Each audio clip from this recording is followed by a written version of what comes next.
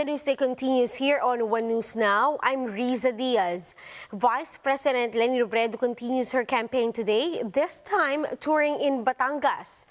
Let's get details. We have mobile journalist Jacob Lazaro joining us over the phone. Jacob, good morning. Can you tell us what Vice President Leni Robredo's activities are today? Good morning, Riza. Vice President Leni Robredo will be campaigning in Batangas today. She will first meet with various sectors in Nasugbu. Then a mini rally which will be held in Lemery, which will be followed by a grand rally in Buwan and Bawan. This is the second time that Robredo will be going around Calabarzon, as it is the most vote-rich region in the country. Recall that Robredo won in Calabarzon in the 2016 vice presidential race, beating Bongbong Marcos but only by a slim margin. Last Friday night, the Robredo Pangilinan tandem held a grand rally in Santa Rosa, Laguna, where 255,000 supporters attended the event. Thank you. That was Jacob Lazaro reporting to us live from Batangas. Meanwhile, more details on Robredo's story in Laguna in this report by Gerald de la Peña. Laguna residents show their support for Vice President Leni Robredo's presidential bid by crowding her campaign rally in the province last Friday night. Around 225,000 supporters endured both heat and rains during the rally. Earlier in the day, Robredo made rounds in Laguna as part of her Calabarzon campaign. Her first stop in Laguna was in Paete, where she spoke with fishermen in Laguna Lake. The Vice President also held dialogue with residents of Pagsanhan, where tourism was greatly affected due to the pandemic. Other sectors in Calamba also talked with VP Leni. So tayo, kung ano yung nararamdaman nyo ngayon, ganon yung gusto naming iparamdam sa inyo pag kami yung namumuno. Na masaya kayo na ito yung gobyerno ninyo, na ang pakiramdam nyo, ito yung gobyernong dinideserve namin. Ang papel ng gobyerno yun. Ang papel ng gobyerno, sinisiguro niya na yung mga Pilipino nagtutulungan, na yung mga nakakaluwag, yun yung tutulong sa mas nahihirapan. Robredo also slammed his rival Bongbong Marcos for refusing to debate with her. She said that Marcos Jr. has the responsibility to lay out his platforms to the voting public. Ako sa lahat na patawag ng COMELEC, siya lang yung hindi nagpa-unlock. Responsibilidad niya sa tao na ihayag, pero para sagutin yung mga issues laban sa kanya. Mahirap kung ayaw niyang harapin ito kasi napakarami ng disinformation sa fake news. Dapat sana may pagkakataon yung taong i-confront siya about this. Robredo's running mate Senator Kiko Pangilinan also challenged Marcos Jr.'s tandem Mayor Sara Duterte to a debate. He is also urging COMELEC to act on the matter. Well, itong mensahe ko sa COMELEC. Itong COMELEC, anong nangyari sa inyo? Hindi na nga sumisipot sa mga debate ninyo. Tapos nung ginawa ninyong interview, hindi rin sisipot. Siguro naman pambabastos na yata ito. Hindi naman kayo inutil, di ba? Hindi na umaharap sa debate ninyo. Hindi pa umaharap sa interview ninyo. Anong silbi ninyo? Pasensya na. Salamat. For News 5, Gerard de la Peña, We Are One News. Former Integrated Bar of the Philippines President Domingo Cayosa believes that drug personality KERWIN ESPINOSA should be held liable for his false testimony against De Lima. Meanwhile, the legal team of Senator Laila De Lima considers calling on Espinosa as their witness. Marlene Alcaide with the details. After 5 years, detained Senator Laila De Lima is hopeful that the truth will finally set her free. This was after self-confessed drug lord KERWIN ESPINOSA retracted his previous statements linking the senator to illegal drug trade at the New Bilibid prison. In Espinosa's counter-affidavit, Espinosa cleared De Lima, saying that he had no dealings with the senator. Espinosa added that he was just pressured into testifying against De Lima by the police. Because of this, De Lima's camp is now thinking of getting Espinosa as a witness. Our team is in touch with KERWIN ESPINOSA's counsel, Attorney Palan. And of course, we will exercise all the remedies available to us to also make sure na protected yung si KERWIN ESPINOSA at the same time, makuha natin ang katotohanan.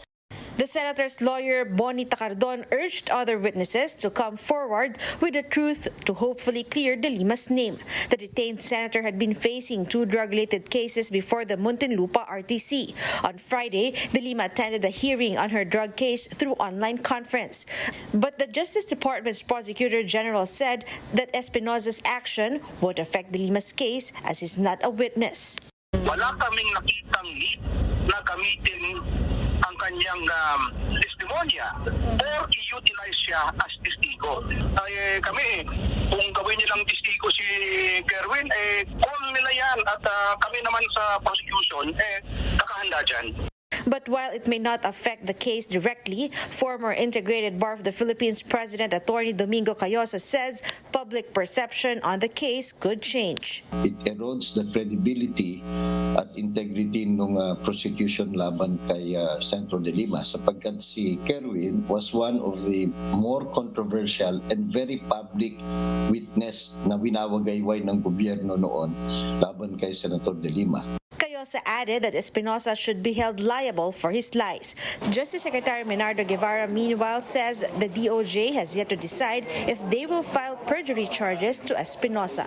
Senator De Lima's next hearing is scheduled on May 27th. For News 5, Marlene Alcaide, we are One News.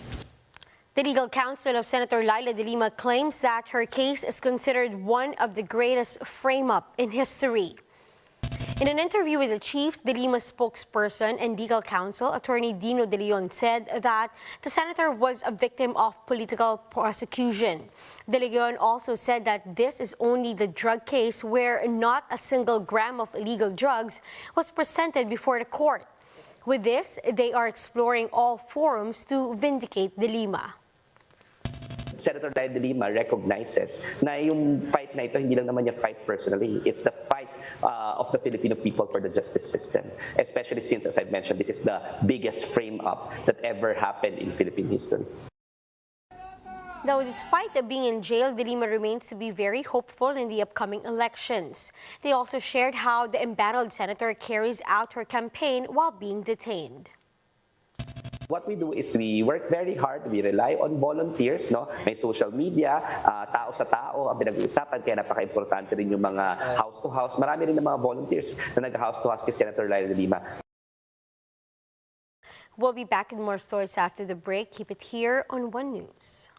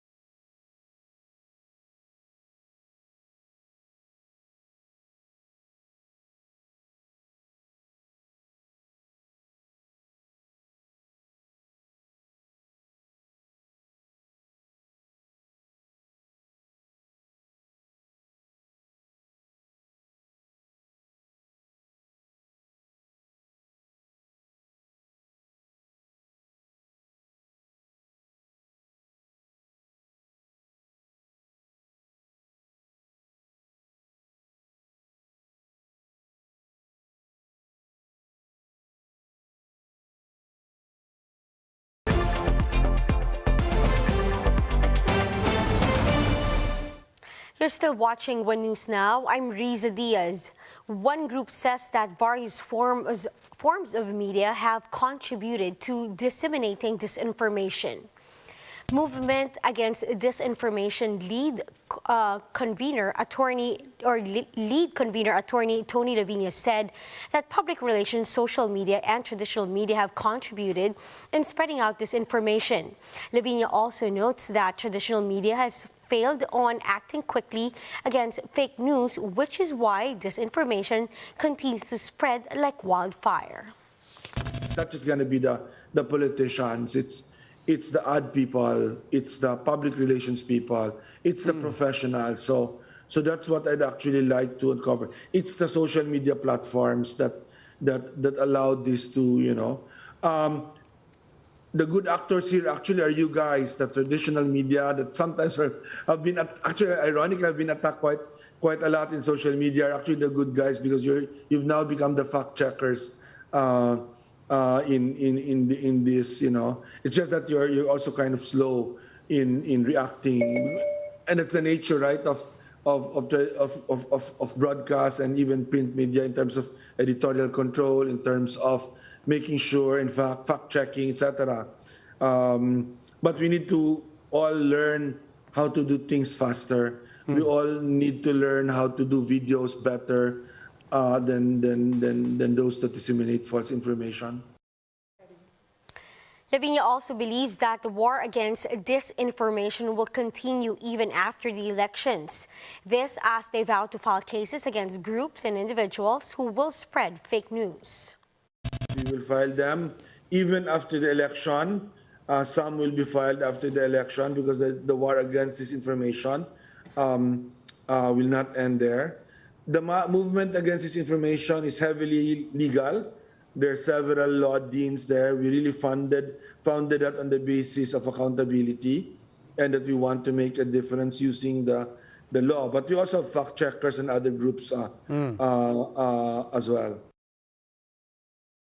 K-pop icon Psy makes a comeback with a new album titled Psy 9th. Now, after nearly 5-year hiatus, Psy has dropped his new full-length album, which has 12 songs. Now, this features a title track called That, which the Gangnam Style singer collaborated with BTS Suga. Now, so far, the music video for the song has over 21 million views since it launched. And those are the top stories of the hour. Join us later again at 12 noon as we continue to monitor the day's biggest stories. You can also catch One News on Signal Play app. Register for a free account now, www.signalplay.com, and stream One News live anytime, anywhere. I'm Riza Diaz. Mask on, wash hands, and stay safe, Philippines. We are One News.